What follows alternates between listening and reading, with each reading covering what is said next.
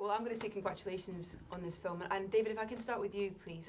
I'm really intrigued to find out what the inspiration and the catalyst for this story was, really. Both my grandparents served in the war, and also my uncle. And it was a generation that didn't talk about their experiences, so I was really left on my own to try and understand what they may have experienced. I'm a veteran myself, and I think about, when I think of my service, I think about the guys and the people I served with, not the equipment or the uniforms or the action. Yeah. And I wanted to tell a story that focused on the men and focused on the people and focused on a day in the life of a tank crew. And I chose a tank because there really hasn't been a great contemporary movie about tanks, and it's also this incredible crucible to put 5 actors in, and they can't get away from each other, and so it becomes this cauldron of psychology. It's like theatre. It's like a stage. It's like a theatre stage, that confinement. In a way, yeah. Did it Having never done theatre. Do you want to now have to do that?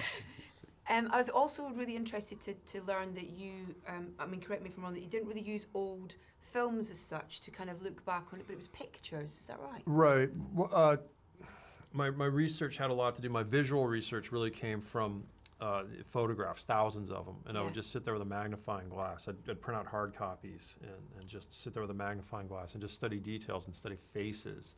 How are men standing? How do they wear their uniforms? How are things painted?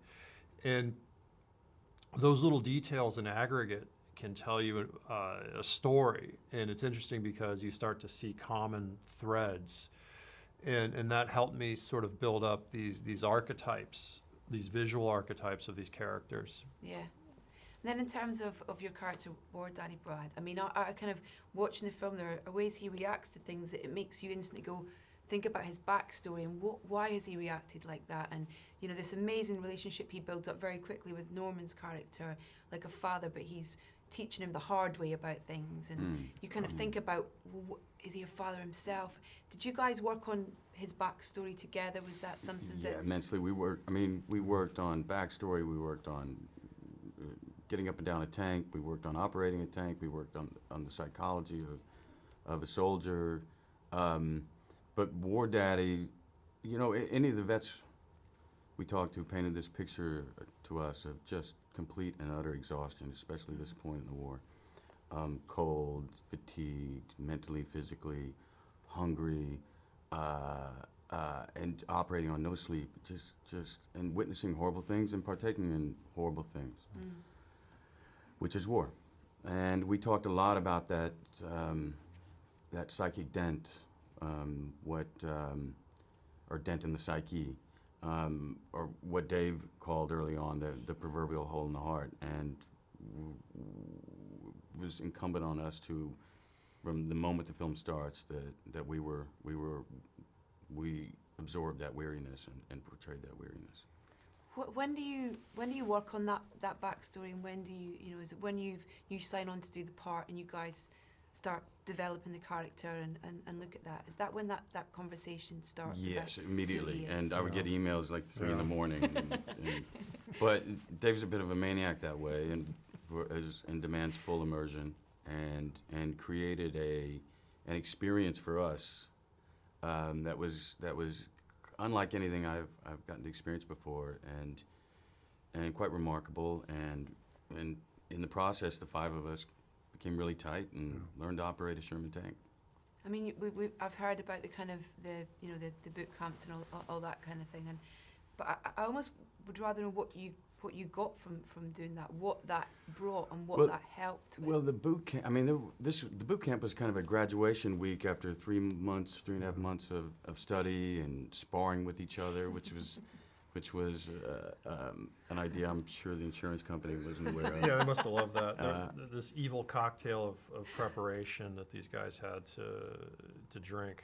Yeah, but I'll tell you something about the boot camp. I know it sounds a bit like a novelty, actors going to a boot camp, but we were afforded, you know, the top of the line SEAL training, and this thing, the way it was designed, the architecture of it is fascinating, really interesting. It's built to make us uncomfortable, to understand, to make us exhausted, to understand hardship.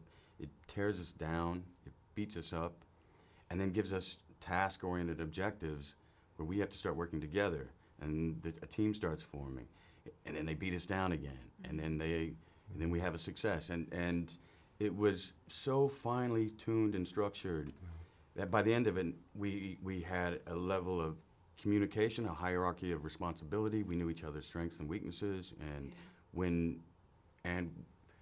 we were this unit, helping out the others, and they help us, and it's quite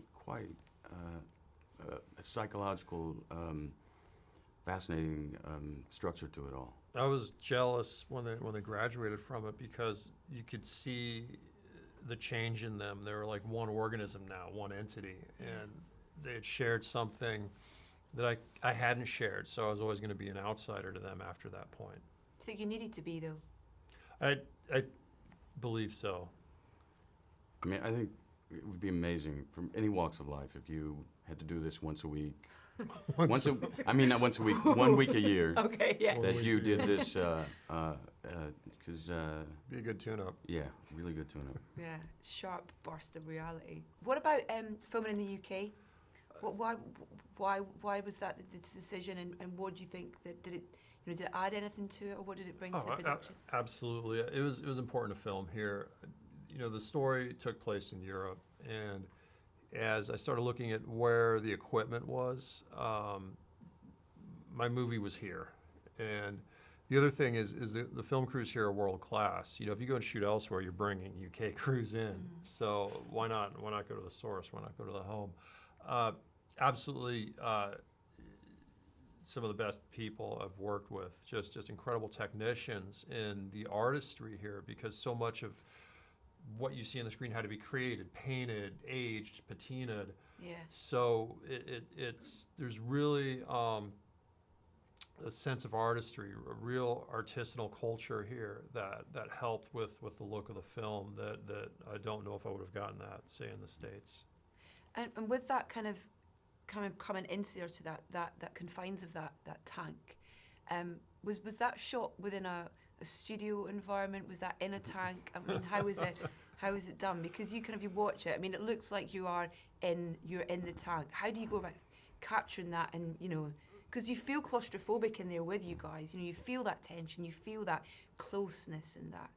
Yeah, it's incredibly powerful. Yeah. It was a set on a gimbal, which is a motion base, and in the middle of a large tent we dropped in a farmer's field. It was very it's Lo-fi. Yeah, it's pretty ghetto. But it worked. The It worked equipment was amazing. high tech, but Yeah, and these guys had to sell it. I mean, it's a testament to the acting and the tension you see during these tank battles. That it's the energy. Energy is fantastic, but that's them acting. I absolutely thoroughly enjoyed the ride that I got for this film. It was absolutely brilliant. Made me rewatch some films that I loved in the past, like Deer Hunter and Eagle's Dare and things like that as well. Kind of Thank you. gone back and revisited them. So thank you and congratulations. right. Cheers. Thank you. Thank you much. Thank you.